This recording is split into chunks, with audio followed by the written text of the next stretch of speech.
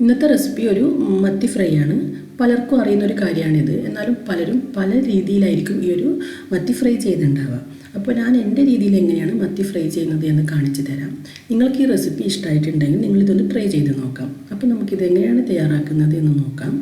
നമുക്കാദ്യം ഞാനിവിടെ 10 മത്തി നന്നായിട്ട് കഴുകി വൃത്തിയാക്കി വരഞ്ഞെടുത്തിട്ടുണ്ട്. ഒരു മീഡിയം സൈസ് മത്തിയാണിത്. നമുക്കിനി ഇതിന് വേണ്ടിയിട്ടുള്ള മസാല തയ്യാറാക്കാം. ഞാനിവിടെ 2 ടീസ്പൂൺ മുളക് പൊടി ചേർത്തിട്ടുണ്ട്. നിങ്ങൾ മുളക് പൊടി ചേർക്കുമ്പോൾ മത്തിയുടെ വലുപ്പം അതുപോലെ നിങ്ങളുടെ എരിവിനനുസരിച്ചിട്ടുള്ള മുളക് പൊടി ചേർക്കാം. ഇനി ഇതിലേക്ക് 1/2 ടീസ്പൂൺ മഞ്ഞൾപ്പൊടി, ആവശ്യത്തിന് ഉപ്പ്, 1/2 ടീസ്പൂൺ കുരുമുളക് പൊടി,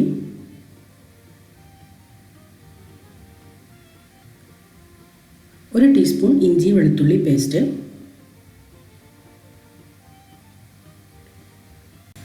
ഇനി ഞാനിതിലേക്ക് ചേർക്കുന്നത് പുളിവെള്ളമാണ്. ഈ ഒരു പുളിവെള്ളം നമുക്ക് നോക്കിയിട്ട് ആവശ്യത്തിന് ചേർത്ത് കൊടുക്കാം. ഈ ഒരു പുളിവെള്ളം ഇഷ്ടമില്ല എന്നുണ്ടെങ്കിൽ നിങ്ങൾ ഇതിന് പകരം ചെറുനാരങ്ങ നീര് ചേർത്താലും മതി. പക്ഷേ പുളിവെള്ളം ചേർക്കുന്ന സമയത്ത് നമ്മുടെ ഈ ഒരു ഫ്രൈക്ക് ഒരു പ്രത്യേക ടേസ്റ്റാണ്. അപ്പോൾ നിങ്ങൾക്ക് ഇഷ്ടമായിട്ടുണ്ടെങ്കിൽ നിങ്ങളിതൊന്ന് ട്രൈ ചെയ്ത് നോക്കാം. നമുക്ക് ആദ്യം 2 ടേബിൾ സ്പൂൺ പുളിവെള്ളം ഇതിലേക്ക് ചേർക്കാം. നോക്കിയിട്ട്, കാരണം നമ്മുടെ ഈ ഒരു മസാല ഒരുപാട് ലൂസാവാൻ പാടില്ല, ഒരു പേസ്റ്റ് രൂപത്തിലാണ് വേണ്ടത്. അപ്പോൾ അതുകൊണ്ട് തന്നെ ഈ പുളിവെള്ളം ചേർക്കുമ്പോൾ നോക്കിയിട്ട് ചേർത്താൽ മതി. ഞാനിപ്പോൾ ഇവിടെ 2 ടേബിൾ സ്പൂൺ പുളിവെള്ളം ചേർത്തിട്ടുണ്ട്. അപ്പോൾ നമുക്ക് ഇത് മതിയാവില്ല, കുറച്ചുകൂടി ചേർക്കാം. 1 ടേബിൾ സ്പൂൺ കൂടി പുളിവെള്ളം ചേർക്കാം.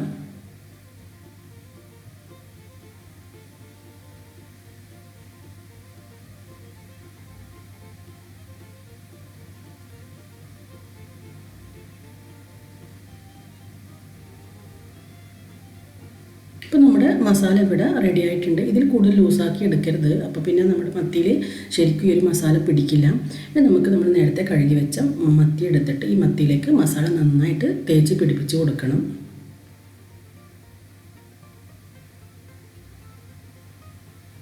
നമ്മളിപ്പോൾ മത്തിയിലേക്ക് മസാല തേക്കുന്ന സമയത്ത് മത്തി വെച്ചിട്ട് അതിൻ്റെ മുകളിലേക്ക് ഈ പൊടികൾ ചേർക്കരുത്. ആദ്യം മസാല തയ്യാറാക്കി വെക്കുക, എന്നിട്ട് അതിലേക്ക് വേണം മത്തി ഇട്ട് കൊടുക്കാൻ. അങ്ങനെയാകുമ്പോൾ നമുക്ക് നന്നായിട്ട് മത്തിയിൽ മസാല തേച്ച് പിടിപ്പിക്കാൻ പറ്റും.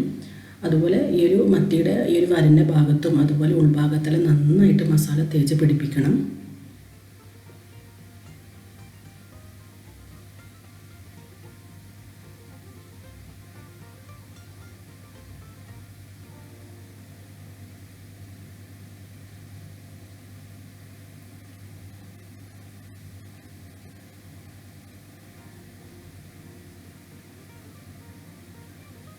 അപ്പോൾ ഞാൻ മുഴുവൻ മത്തിയിലും ഇതുപോലെ മസാല തേച്ച് വെച്ചിട്ടുണ്ട്.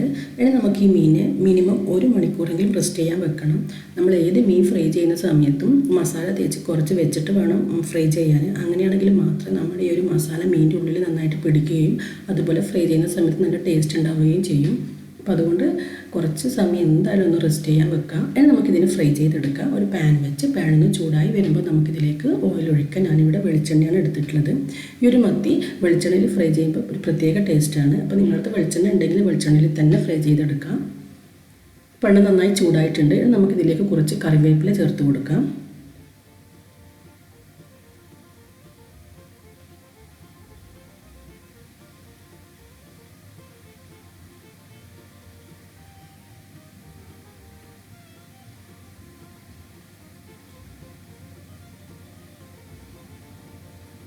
ഇനി നമ്മുടെ മത്തി ഇതിലിട്ട് നമുക്ക് ഫ്രൈ ചെയ്തെടുക്കാം.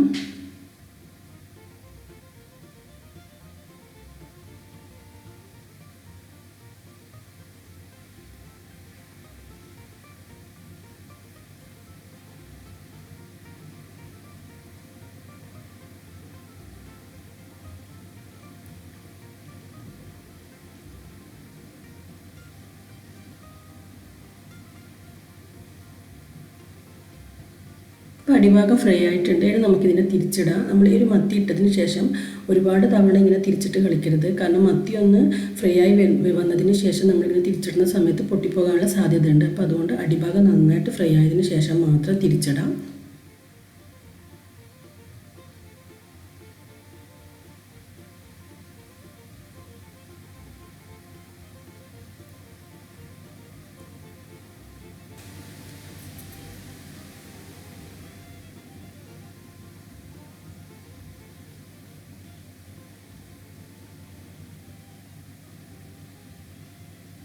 അപ്പോൾ നമ്മുടെ മത്തി ഫ്രൈ ഇവിടെ റെഡി ആയിട്ടുണ്ട്. അപ്പോൾ നിങ്ങൾക്ക് ഇഷ്ടമായിട്ടുണ്ടെങ്കിൽ നിങ്ങളെല്ലാവരും ഇതൊന്ന് ട്രൈ ചെയ്ത് നോക്കാം.